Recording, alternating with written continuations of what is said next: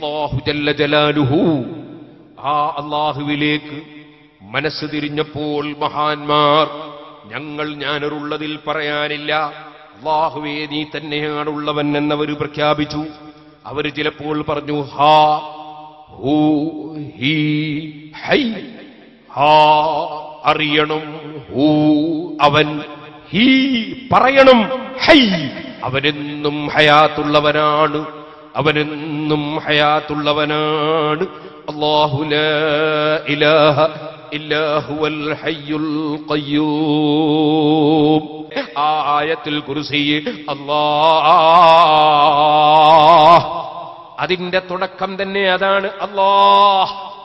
അല്ലാഹു ലാ ഇലാഹ ഇല്ലാ ഹുവൽ ഹയ്യുൽ ഖയ്യൂം. ഇന്നത്തെ ദിവസം ഞാൻ മറ്റു വിഷയങ്ങളിലേക്ക് കടക്കുന്നില്ല. ഇൻഷാ അല്ലാഹ് ഞാൻ വേറെ വിഷയങ്ങൾ നാളെ സംസാരിക്കും. അല്ലാഹു ലാ ഇലാഹ ഇല്ലാ ഹു, അല്ലാഹു അല്ലാതെ ആരാധനക്കർഹൻ ഇല്ല. അല്ലാഹ് അതവന്റെ പേരാണ്. ലാ ഇലാഹ ഇല്ലാ ഹു, ഹു എന്ന് പറഞ്ഞതും അവനെ അറിയിക്കുന്ന പേരാണ്. ഹു എന്നതും അല്ലാഹുവിന്റെ പേരാണ്. അതാണ് സുഹൃത്തുക്കളെ നേരത്തെ ഞാൻ പറഞ്ഞത്.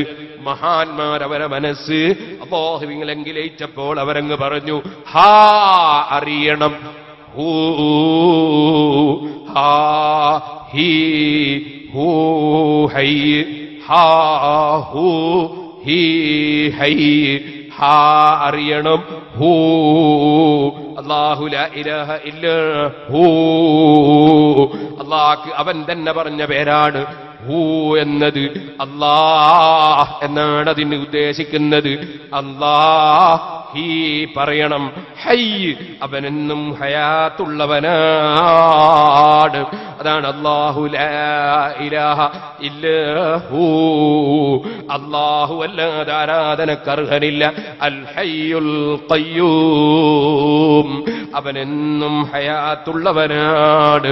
അൽ ഖയ്യൂം അവനെല്ലാ കാര്യങ്ങളും ഭരിച്ചുകൊണ്ട് നോക്കി നടക്കുന്നവനാണ്.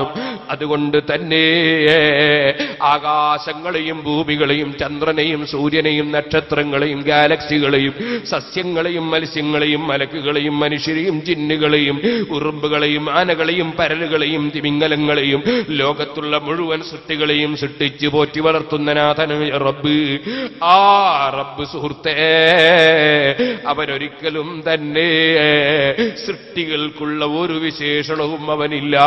സൃഷ്ടികളോടൊരു വിഷയത്തിലും അവൻ തുല്യനല്ല. അവൻ തന്നെയാണ് യഥാർത്ഥത്തിലുള്ളവൻ. അല്ലാഹു ലാ ഇലാഹ ഇല്ലാ ഹുവൽ ഹയ്യുൽ ഖയ്യൂം അവനെന്നും ഹയാത്തുള്ളവനാണ്. അവനെല്ലാം അടക്കി ഭരിച്ചുകൊണ്ടിരിക്കുന്നവനാണ്.